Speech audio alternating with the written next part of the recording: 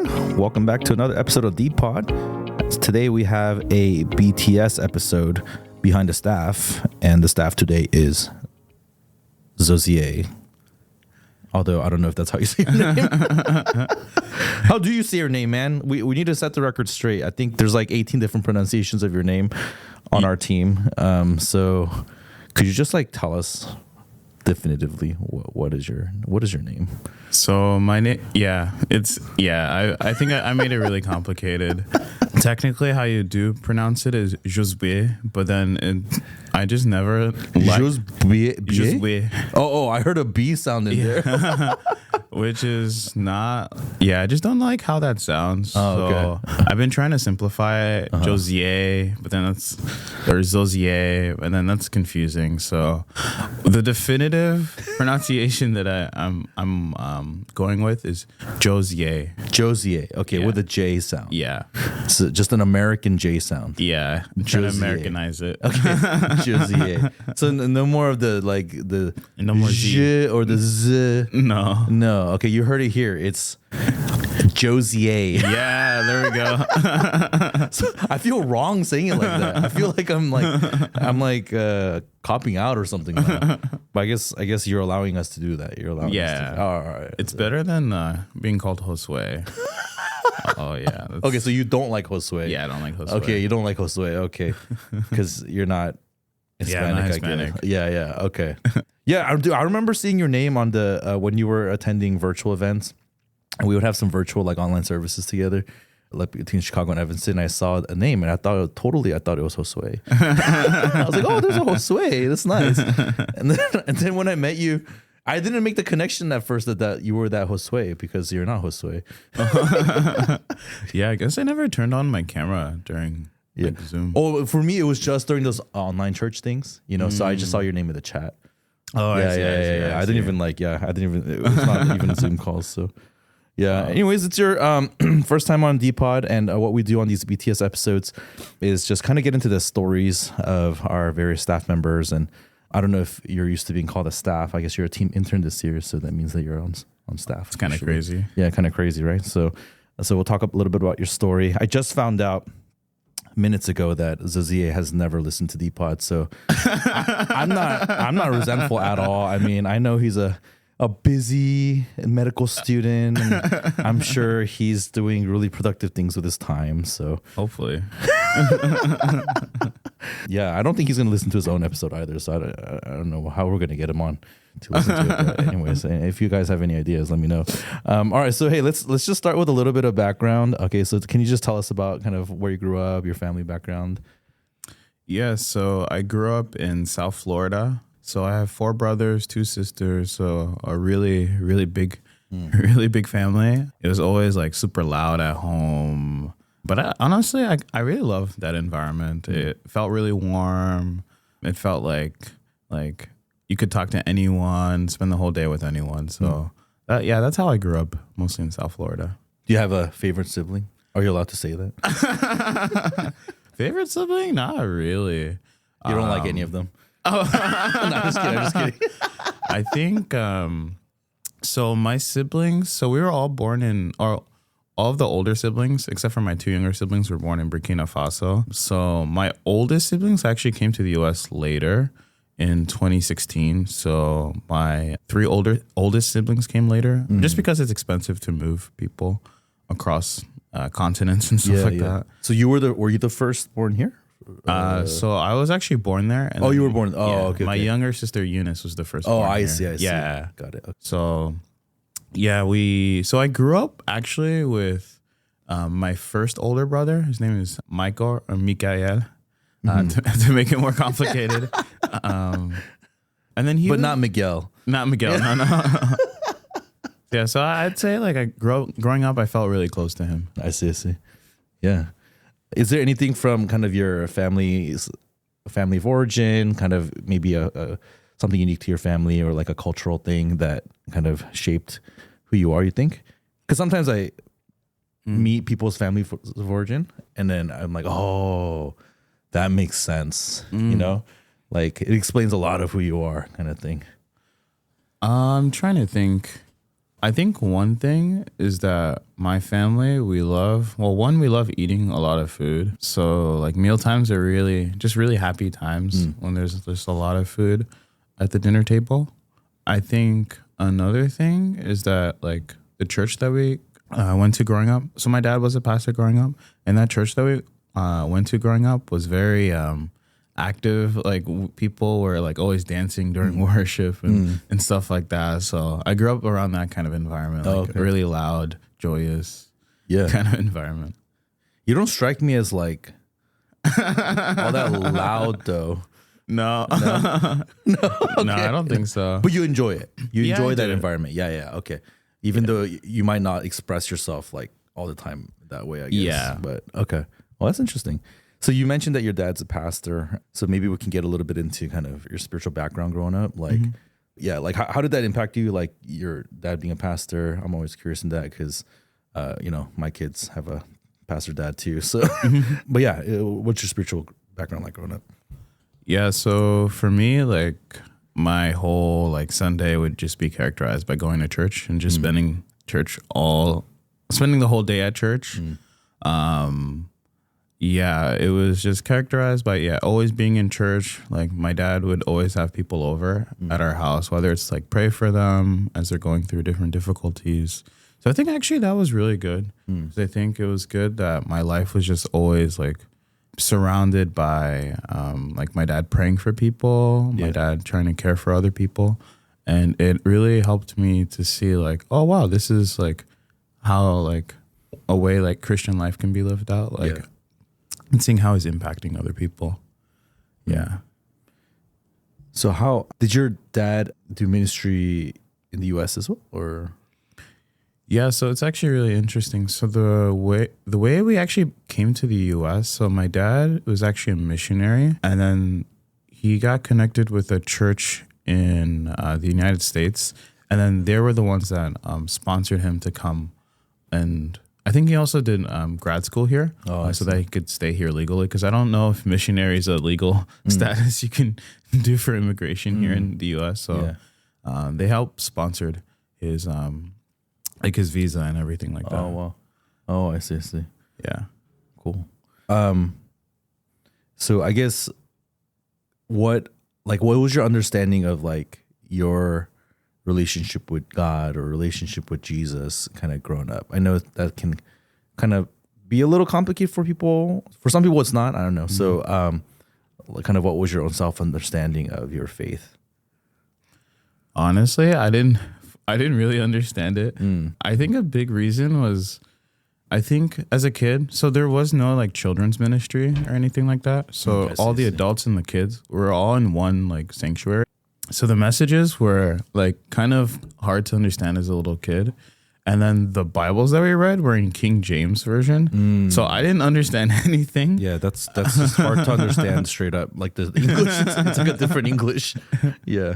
Yeah, so my understanding of God was just like, okay, we're going to dance and praise God. So that was one understanding of how I relate with God. Another thing was like, okay, we're going to pray like strongly, like out loud and all those different things, which I think is good. Yeah. But then I don't think I realized what I was praying for. I was just copying what I saw around me. Right. So I think, once I like graduated high school, like I would say like I knew who Jesus was, but I didn't fully understand the whole gospel or anything like that. Yeah. So in what sense did you know who Jesus was, like without understanding the gospel? Like what would you say was your understanding of who Jesus was? I mean, I knew that Jesus was God. I knew that like, oh, we should pray to Jesus. There's only one God, like in three forms. But then I think a big thing that I didn't understand was how salvation worked. Because I thought like, oh, shoot, I need to like, okay, if I identify as a Christian, then my life needs to be really clean. Or like I have to earn. I don't know where that came from, because it's not values that my parents instilled in me. But it's just like, oh, shoot, I need to like clean up my life. I need to earn God's love and all those different things like that. Yeah, that was my understanding. Which made me, so every time I failed was actually really hard. Like whenever I like lied to my friends or did things I wasn't proud of, like I was like, oh shoot, am I going to hell? Yeah, I was talking to Joey yesterday about some of his interest in the church councils and some of the Christological heresies and various things that were condemned in those councils. And this just came to mind because you just committed a heresy by saying that you believed in one God in three forms, and then I'm just laughing because it reminded me of this video that a bunch of the staff have watched. It's like Saint Patrick explains the Trinity or something. It's this really hilarious video where basically they're talking about the various forms of Trinitarian heresy, and I just heard in my mind as you said that the guy saying, "That's modalism, Patrick." I mean, this is not a theology podcast, though, so we're not gonna get into that, but yeah, the Trinity is really hard to explain. That's modalism, Patrick. Yeah. That was what was it? The Council of Nicaea or something like that. They condemned that Josie. That's funny. No, but I hear you, man. Like, so growing up in church, there's a lot that you I think know experientially. That's part of what I'm hearing. Like, so you're comfortable with prayer and praise and worship, and you understand that these people, they have this dependence on God. It's fervent. It feels real. And then, but in some sense, yeah, I guess you grew up sort of almost like in a church plant setting, I guess, right? Yeah. Like there's no formal children's program for you. No one's like methodically teaching you these things. And, and if your dad, even though he's a pastor, like he's busy like pastoring the congregation. And so sometimes it's hard to like provide that kind of systematic education for the kids. And I struggle with that too. I mean, I struggle with that. I mean, I try to talk to my kids as much as possible and try to just teach them. But I'm really thankful that, we're part of a network that provides a lot of curriculum for them as well, and so that they can get some training. But so I'm guessing that a lot of your kind of then intellectual knowledge came in college. Yeah, about Christianity, and that sort of I guess supplemented what the experiences that you had. So let's talk about that a little bit. So what was your spiritual background kind of coming into college? Was it pretty much the same? Did anything change? Were you looking for church? Kind of tell us about where your spiritual journey was as you came to Northwestern. Yeah, so towards the tail end of high school, I was getting pretty tired because I was like grinding really hard to get into a good college for the hope of getting into like a good medical school. But then I think as I was like working really hard, I became a much more cold person to like a lot of my friends and different people. And I remember one incident very vividly that made me realize like, oh shoot, I need to like really wrestle with Christianity. So basically what happened is my junior year, it was like the end of a school day. My friend comes in and he's like, hey, there was like a school shooting at Stoneman Douglas, which is a high school that's very close to my high school in South Florida.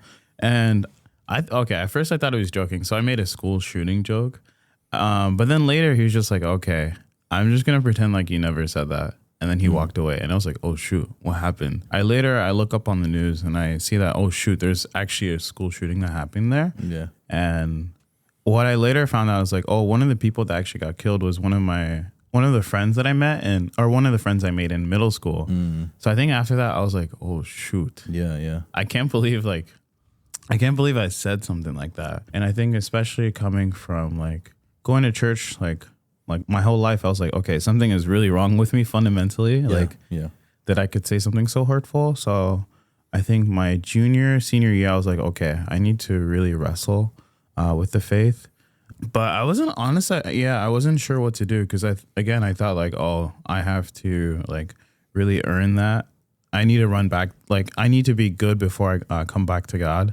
So I wasn't sure what to do my junior and senior year. But then coming into college, I was like, okay, this is an opportunity. I'm going to find a church.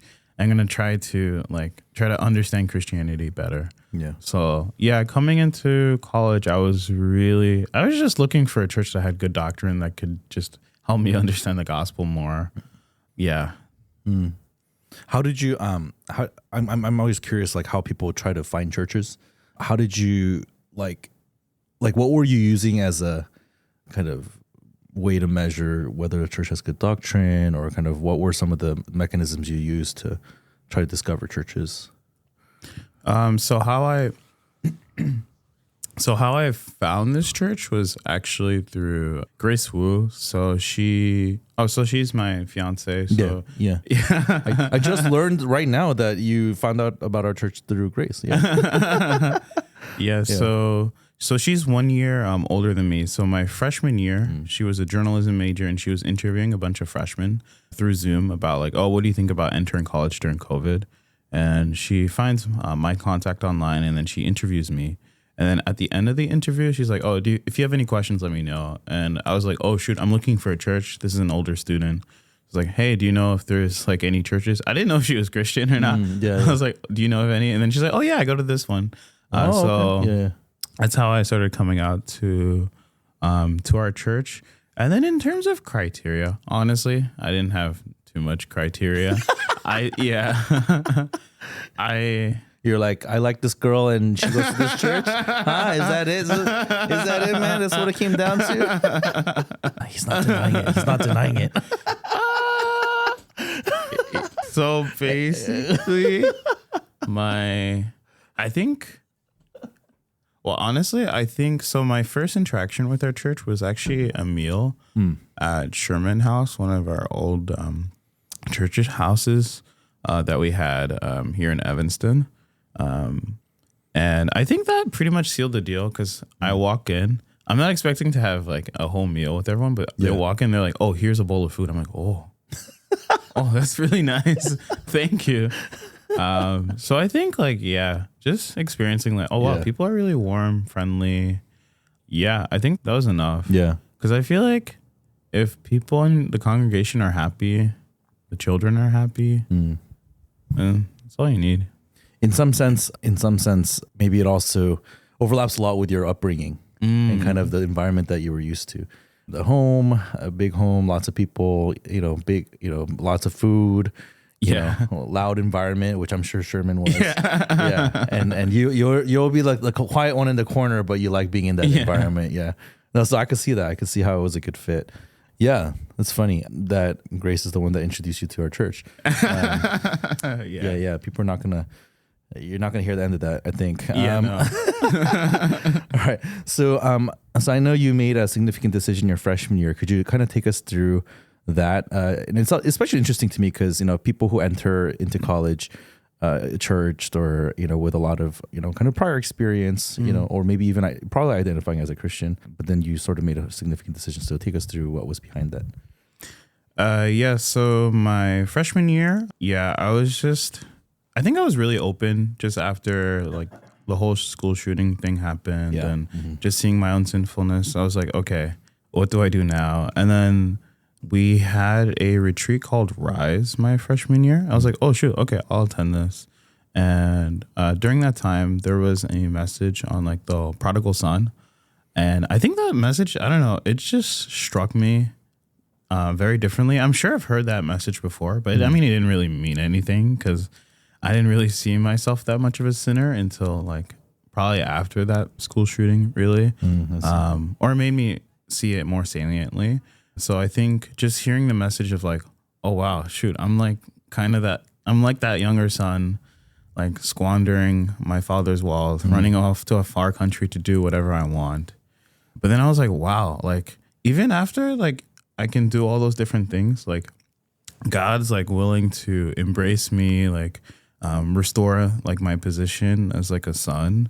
And I think that really broke what I thought, oh wow, like I can just come to God. Like I don't have to like become clean. Like I don't have to work for my own salvation. I think that was a huge paradigm shift in my life because I'm like, oh wow, it's just that simple. Yeah. It's not complicated. Yeah. Yeah. So you made a decision during that retreat, like kind of responding to that message. Yeah. Yeah. So kind of, I guess did anything practically change for you like day to day? Or like what was kind of the change you experienced in your life after making that decision, even though like I guess you'd gone to church all your life? Yeah, I think one big change was I think I just felt a sense of peace about my life, because I think before I was just like teetering tottering, like, oh, I do something bad, oh shoot, I'm gonna go to hell. Or like, oh, like I'm doing all these good things, that's really good. So I think it just provided a lot more stability in my life. I think after that decision, like Tofumi started doing, or one of my mentors at the time started doing more Bible studies with me, reading the Bible early in the morning with Joel. We started doing that a lot more, and I think that helped create foundations that I needed in my freshman year, because I was stuck at home the whole time. Right.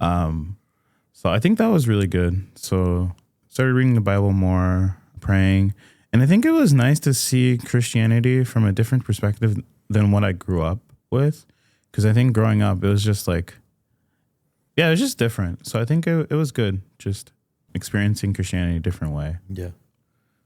Yeah.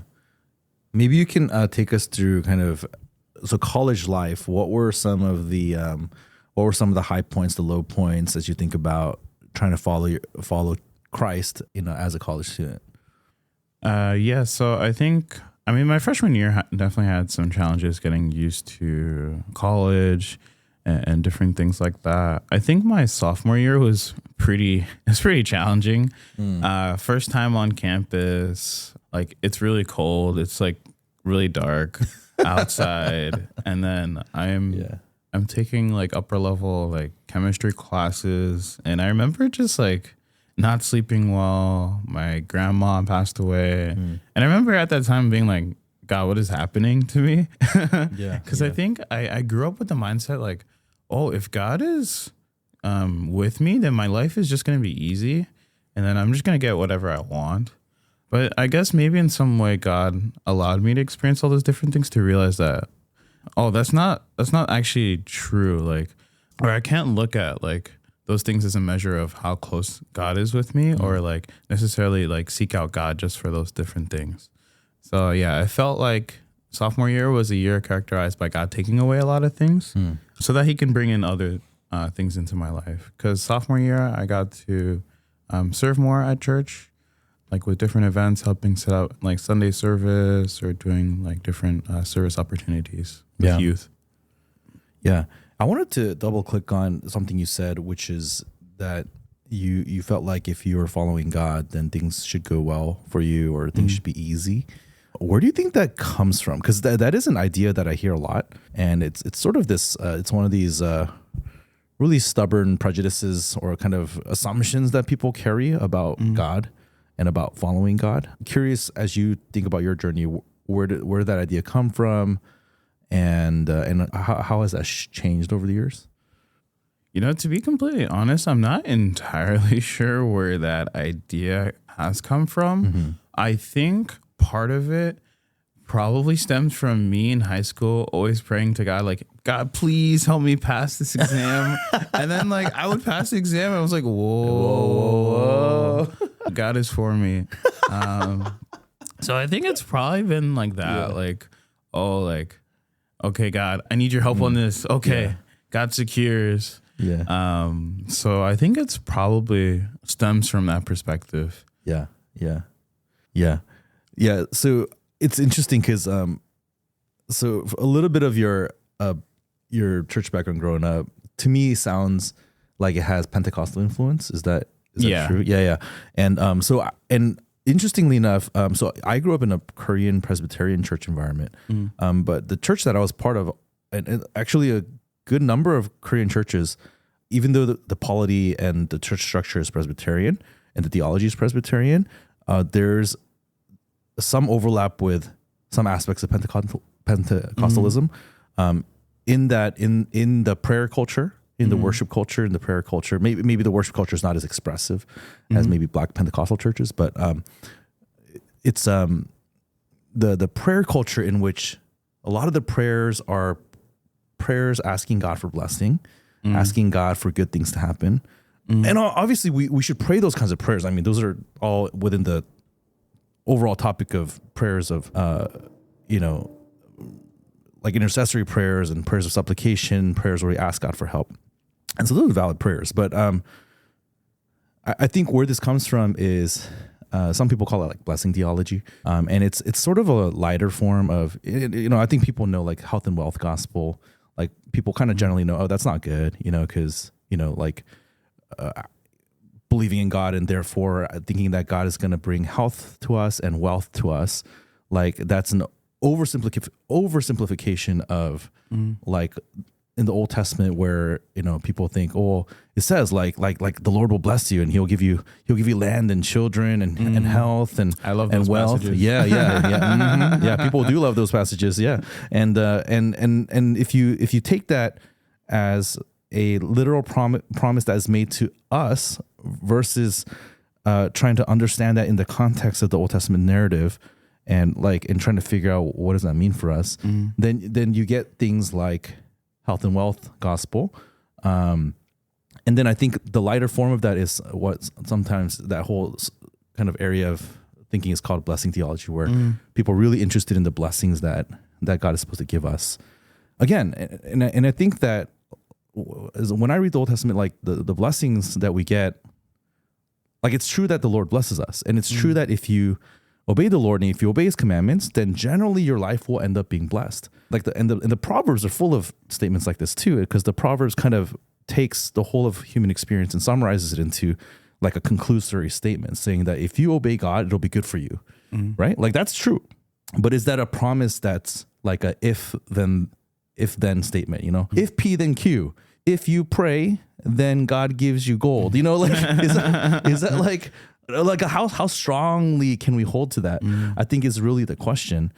And so anyways, we're like really going into this, but now that we started talking about it, I pulled up a few verses here that I think help us to counteract this and to make sure that we sort of take the whole of Scripture into consideration, right? Because it's true that the Lord wants to bless us. It's true that, I guess, you know, all else being equal, like having money and having enough is way better than not having enough and poverty, true. Right? So we agree with those statements.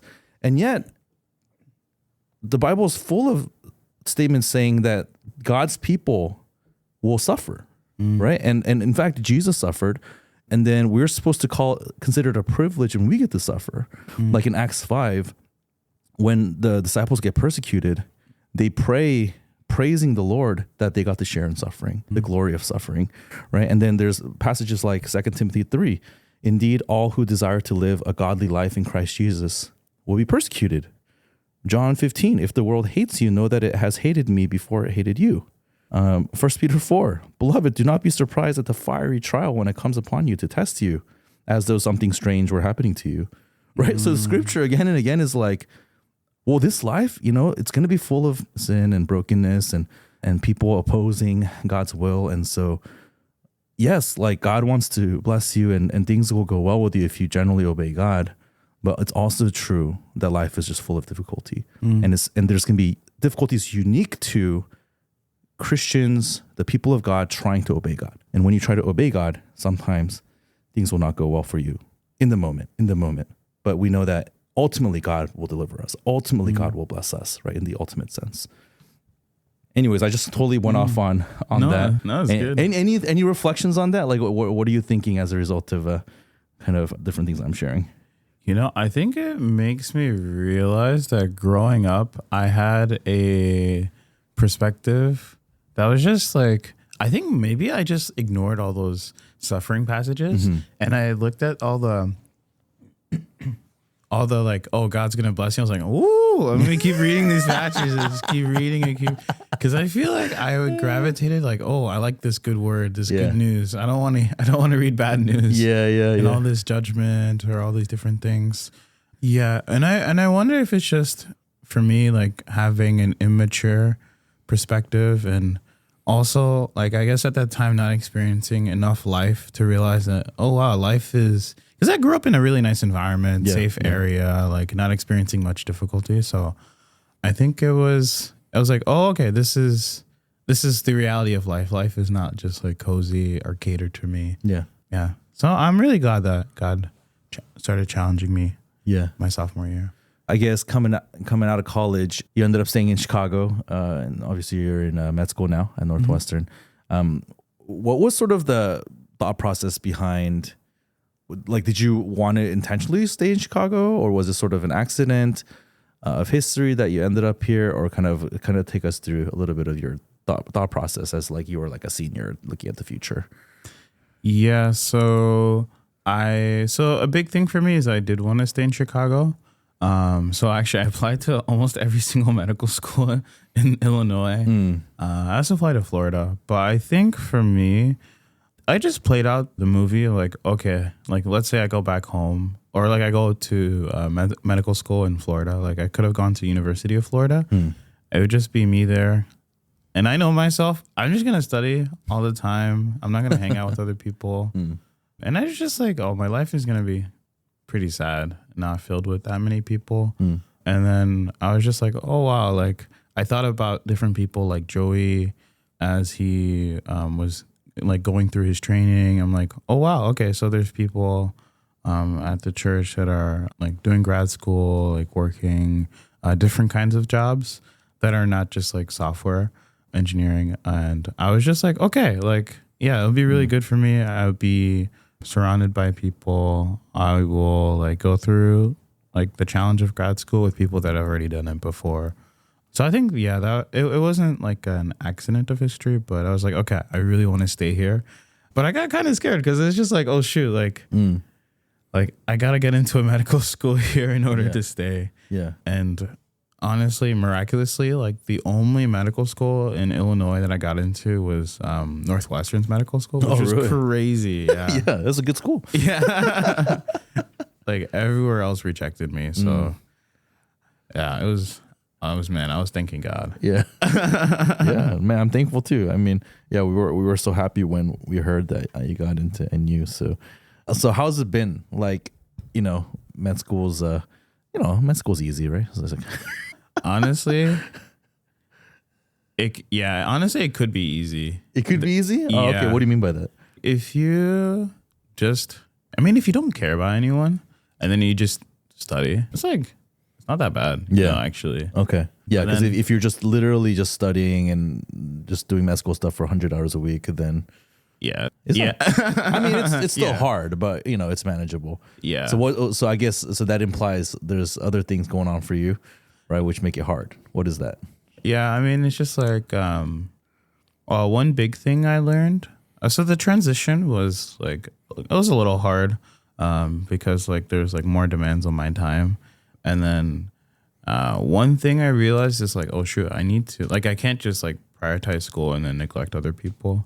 Because that's just unloving, and then it tarnishes our relationship. So, I mean, different people have brought that up to me, challenging me to grow in that different way. I think another challenge is I don't live downtown.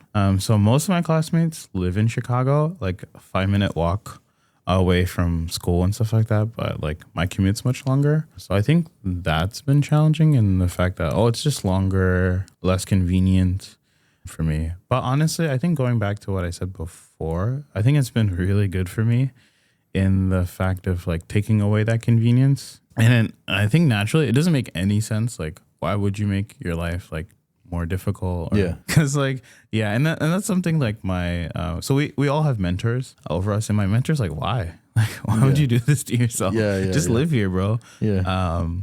But I think just thinking about like what would my life look like if I was just downtown, I think like it would just be characterized by me just being by myself always, studying all the time, not spending time with other people. And I think like, sure, I'd probably have really great grades, excellent like residencies and all these different things. But I think it just wasn't the life that I wanted for myself. Yeah.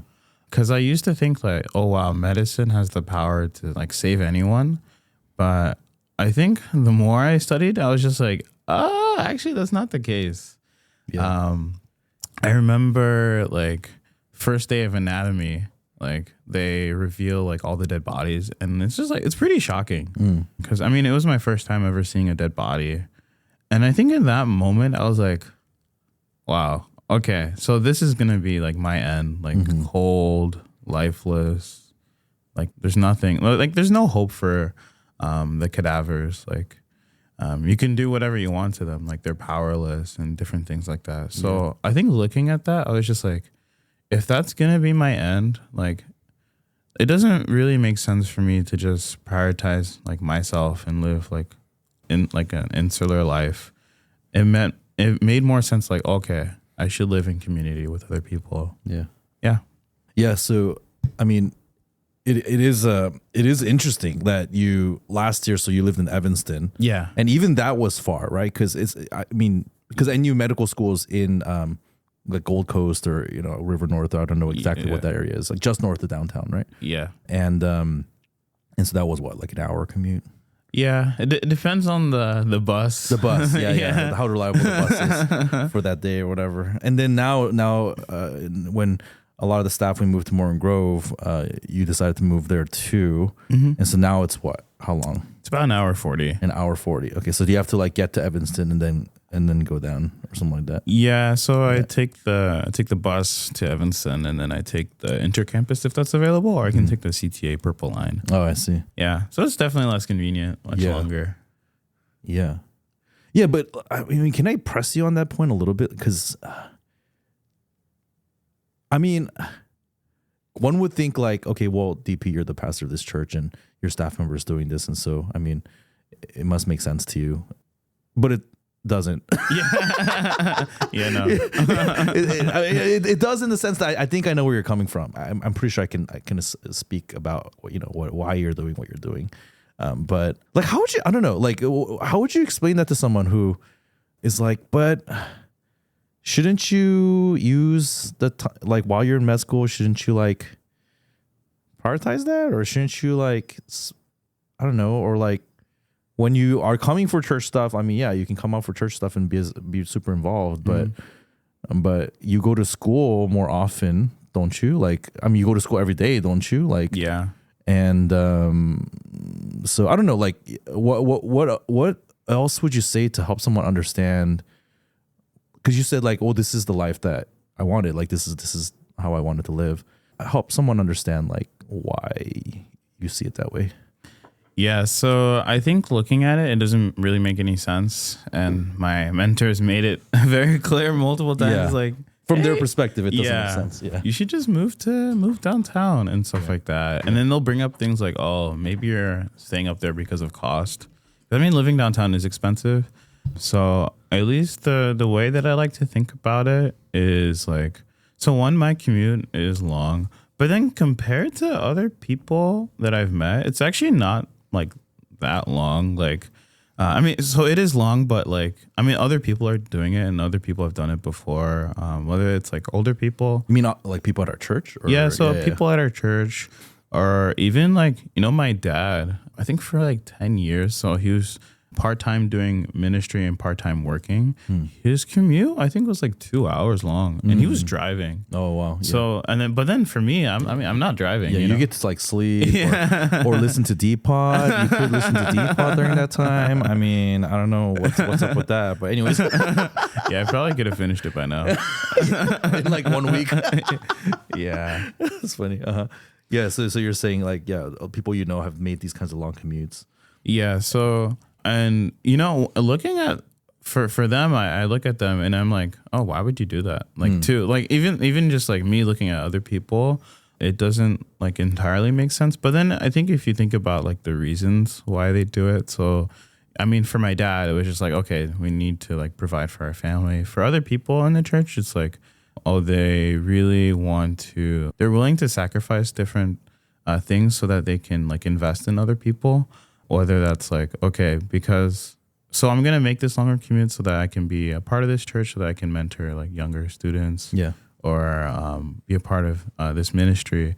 And I've been the recipient of that a lot, whether it's like people mentoring to me, people like offering me advice. I mean, a lot of the mentors here at this church, they left. I mean, you guys left to like all that you knew in California to come to like Chicago. And if that wasn't done, like, then I wouldn't have a church to go to. I think maybe I'd still be confused about like my salvation. So then for me with this commute, it feels like a small sacrifice in some ways, that like, okay, my commute's going to be longer, but then I'm going to be like always surrounded by people that are going to challenge me to grow, people that are going to like speak into my life in different areas. Cause I can see like like as I get older, like probably not wanting to listen to other people, probably want to just like do my own thing. But then I've seen the outcome of that, like with older people that don't listen to anyone. Like they just don't have friends. Their life is just their family. Which, not to say that that's like a horrible thing or anything like that, but yeah, I think, yeah, going back to the whole anatomy thing, just seeing like, you know what, like I could make my life easier by just, you know, living comfortably. Yeah. But then like my end is still going to be like that cadaver. I'm still going to die. So like all that I gain that makes me very comfortable, I'm not going to be able to keep. But what I can keep are like the relationships, the people that I've met. So that felt much more worthwhile. Yeah. Yeah. Yeah. Yeah. I think as I think about the decision making that you went through, one way I might characterize it is that it's a choice of what to optimize, right? It's a choice of what to optimize. So I did this actually. So I did this too, because I did grad school at Berkeley. I mean, it's nothing like med school, but I did a fifth-year master's degree in industrial engineering at Berkeley. But I chose to live in Alameda that year, and I didn't have a car. I didn't own a car, and so I also dealt with mine was only an hour, but it was an hour-long commute, or I had to get a ride from someone. Wow. Yeah, every day. So as I think about my story, your story, I think the choice really is, what am I going to choose to optimize? Like the rest of the world, they look at someone that goes to Northwestern medical school and they say, oh my gosh, you made it. Like you have gotten the thing that people want. And therefore this is the highest good in your life. And you should optimize for that. You should like live 5 minutes away, walking distance, and you should invest. And yeah, you're going to pay expensive rent in downtown, sure, but you're going to make a lot more money after that. So don't worry about it. You know, you're going to debt anyways, might as well go more into debt. You know, like what? Right, so I mean, like, that's just tongue in cheek, but like the point being that you should optimize your studies. And this is not unique to medical school. This is like, you know, your job, like where you get a job. Well, then you should work next to your job, you know, like why deal with that? Like why deal with a long commute but I think from my perspective, when I've thought about this, it's kind of always been like, but why optimize for that? Like what good comes ultimately from optimizing that? I guess better grades, like you said, or better residency placement, or what, like, so you're top of your class and so you're going to make $300K instead of $200K. Like, you know, like, okay, that's nice. That's great. But man, the imagery of the cadavers that you brought in, right, from your anatomy class, that's really powerful because like that's our end. And if that's our physical end, what does it matter? Like, what does it matter? Like, why should I optimize for that? Why is it not valid to optimize for my spiritual life? Like maybe people should do that, you know? And so, I mean, we've, you know, so sometimes we've said this, right? People were like, oh, I mean, shouldn't I, you know, apply for jobs anywhere and get the best job that I can, right? And then I'm sure that I'll find a good church nearby. Well, I mean, I don't want to like poo-poo that necessarily, except I am going to poo-poo it right now, right? Well, what if we thought, what would it look like for me to optimize the church where's the church that I'm going to experience the most growth? And it's going to keep me walking closely with God and taking steps of faith. And I'm sure I can find a good job near that. Like, why is it not that way? Like, I think it just goes to show the thorough idolatry in our world of career, job. Like, I think we live for this world a little bit too much. But if we were actually focusing on the next life, if we were actually focusing on, well, we're all going to die, and where we end up after we die and how many people we bring with us to heaven, that's what matters the most. And I want to do whatever I can in this life to optimize for that. Then you would make decisions like, well, you know what? I'm going to stay close to the church community in which I got saved, right? Because when I'm close to them, basic things I know I should be doing, like praying and reading God's word and evangelizing and engaging in ministry and loving people and not living a selfish, individualistic life, but building into a community that is so compelling that when people see it, they would want to come and they would say, oh, wow, Jesus must be here because you guys really love each other. Whoa, like, isn't it awesome to be a part of something like that? And why wouldn't I want to optimize for that? And from that vantage point, it makes total sense. It makes total sense to deal with an hour 40 commute. I mean, you know, and even on our team, you're not the only one doing this, right? Like Yeah. Luke Walker goes like Dorothy. I mean, they're grad students. Like Dorothy is in optometry school. Luke Walker's getting, you know, maybe a little bit less of a rigorous degree than you guys, but still a graduate degree, you know, at University of Chicago. So, and he's making like a nearly, you know, again, like, I mean, he has to borrow a car. I mean, someone else is investing into him by lending him the car every day. Like, people are dealing with this, right? And if someone were to ask me, hey, shouldn't you advise these younger people to not be foolish? And it's okay. It's just a year. It's just 4 years. Just live next to school and you can come back and join church people later. I would tell them, no, I actually think they're making a great decision. I think people who want to optimize for things like grad school are actually, I don't know, I feel like it's a little misguided. And so when I see you guys doing stuff like that, you know, not that like I don't think any of us sat down and told you, hey, you need to do this. Because again, I want people to make that personal decision. But when I see people like you doing that, I'm really proud to see that.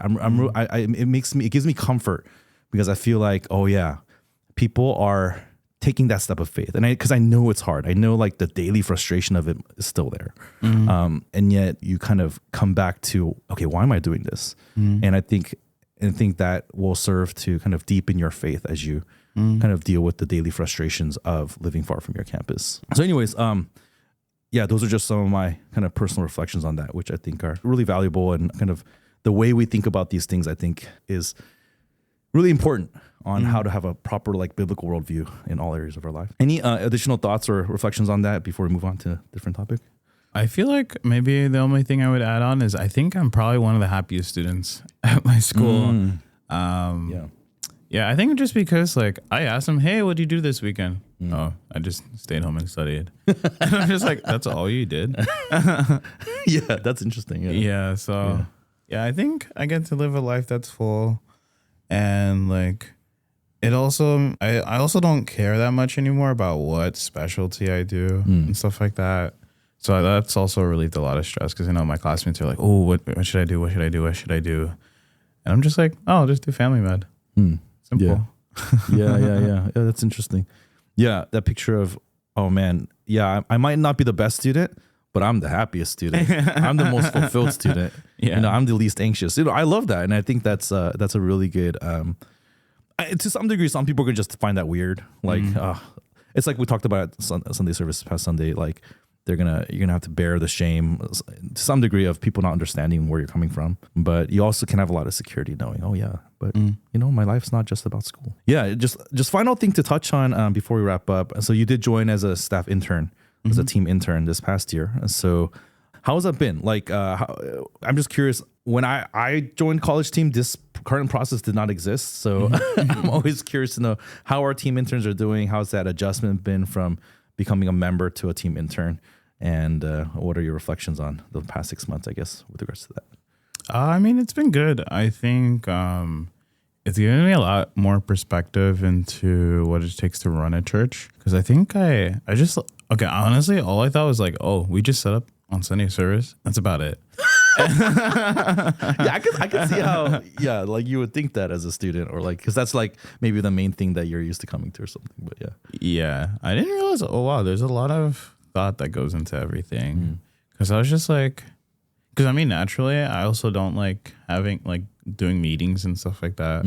But I think it showed me like, oh wow, the staff, they care a lot. They put a lot of effort, sacrificing like a lot of different things, which again, like from an outside perspective, it's like, oh, why are you living your life like that? But then like going back, like it makes sense in the context of like, oh, what are you going to sacrifice for? Yeah.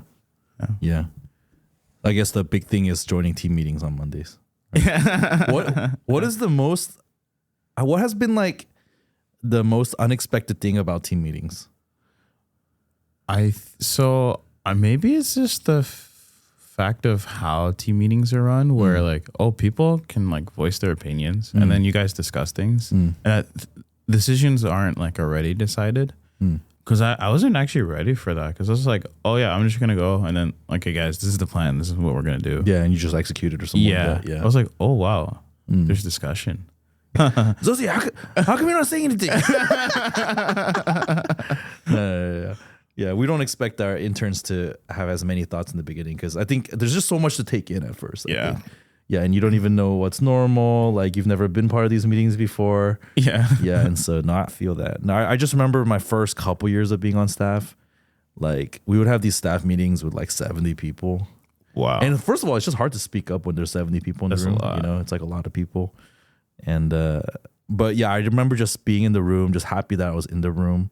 And just trying to take it all in, just trying to like, oh, why are they discussing that, and why is that idea not a good idea, and why is that one a better idea, and like that observation about what's going on in our ministry, that's interesting. I never would have thought of that, you know. So as you kind of just absorb, like I think it'll help you grow in your perspective and wisdom, and then you'll start to bring your experiences into it, and you'll start to have opinions, and yeah, we really value our staff's opinions, and we value our students' opinions too. Like there are times where I'll do like a little impromptu meeting with some students and just tell them about the latest burden that I have, and it's because I don't know the answer. A lot of times I mean I have strong intuitions about like where to take our ministry, but in terms of the specifics of how to actually carry that out, like I need people to tell me what they're experiencing, what they're feeling, and I think the discernment that we need is to take all of our experiences and our observations and to figure out, okay, well, what is the next step that God wants us to take? So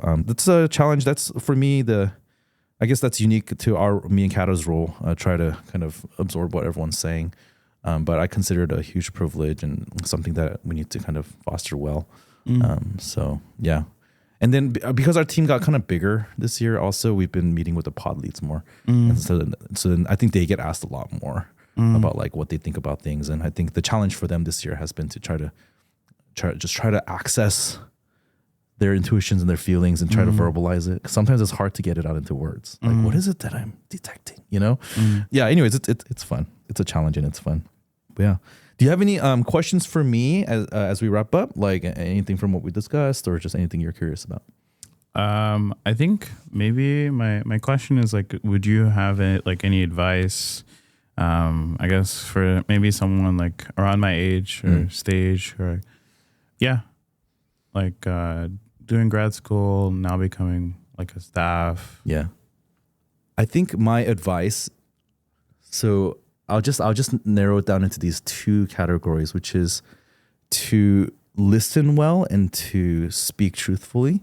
So what I mean by that is there's a lot to learn still. And I think we should be learning for the rest of our lives. And one of the biggest ways to learn is to just pay attention to what's going on around you. I think sometimes people want to learn through formal training. I mean, okay, like for things like medicine, you need formal training, right? But also though, the reason why there's a 3-year residency program is because you just learn a lot by being in the space, right? And that's why they have you do clinic, right? Like it's essentially what I think seminary should do better, which is not just have people sit and study, but you going and doing ministry should be a huge part of your education. And which is why we, like at our church, we really believe in people doing kind of getting trained on the job, right? So there's formal training, but there's also experiential training. And because you're surrounded by people who are going a few steps ahead of you, by just paying attention to the decisions that others are making, by like even the newly married people, as you're looking at getting married soon, as new parents, like how are they dealing with their challenges, and being interested in kind of what must their experience be like and why are they living that way, right? Like if you do that, then you can learn so much. I feel like without trying to like sound proud right now, but I feel like I actually have a lot of wisdom compared to where I would have been, right? Compared to what I would have been like, just because I was at our church and just because I observed so many lives. And so I'm like, oh, that I remember when this person went through this. I wonder why. And I try to dissect, like, why was it that they did that? And I just have some theories around that. And I observe someone else, and then it kind of either confirms or disconfirms one of my theories, you know, like, or sometimes I'll just ask them straight up, like, hey, so what? And that's part of the blessing of that dPod has been actually like, I get to just ask kind of deep dive into people's stories, and even through younger ones like you, like I get to kind of learn. So I would say listen well so that you can gain wisdom. Yeah. And then speak truthfully is to get really practiced at saying what's going on inside of you. So kind of confessional speech, but I don't mean like necessarily just a confession of sin. I mean that too. But what I mean is that like be people who know how to speak the truth in love in all situations, right? So whether that's just sharing about what's going on in your life, or like when somebody annoys you, and so knowing how to have like an honest conversation, say, hey, like sometimes the way that you act is annoying. Have you thought about that? And kind of, whoa, that's like an uncomfortable conversation. But I feel like as men, we need to be able to say what's on our mind. We need to be able to communicate clearly, and we need to be able to help other people see themselves clearly. And all of that is part of speaking truth. And living within truth, I think, is so. If you speak the truth and if you insist on speaking what's true, then you will live within truth, right? Instead of kind of people who live in their heads, they don't speak up very often. Like they can kind of buy into their version of reality. Because what the thing is, when you speak truth, then people can also disagree with you, right? And that's really important. I think it's really important to allow people to disagree with you and to be like, what are you talking about? That is not how the world works, right? And then that means you get a little wiser, right? And so that's sort of how I would net it out. This is not something original to me. This is something I've heard some of our pastors, older pastors say, and I think it's really good advice, which is, as young men, let's speak all the time truthfully, right? And let's just listen and observe so that we can gain wisdom. Yeah. All right, man. Thank you, DP. Cool. Thanks for coming on dPod. All right. Thanks, everyone, for listening to another episode of dPod. If we don't release another episode before Christmas, Merry Christmas. Bye-bye.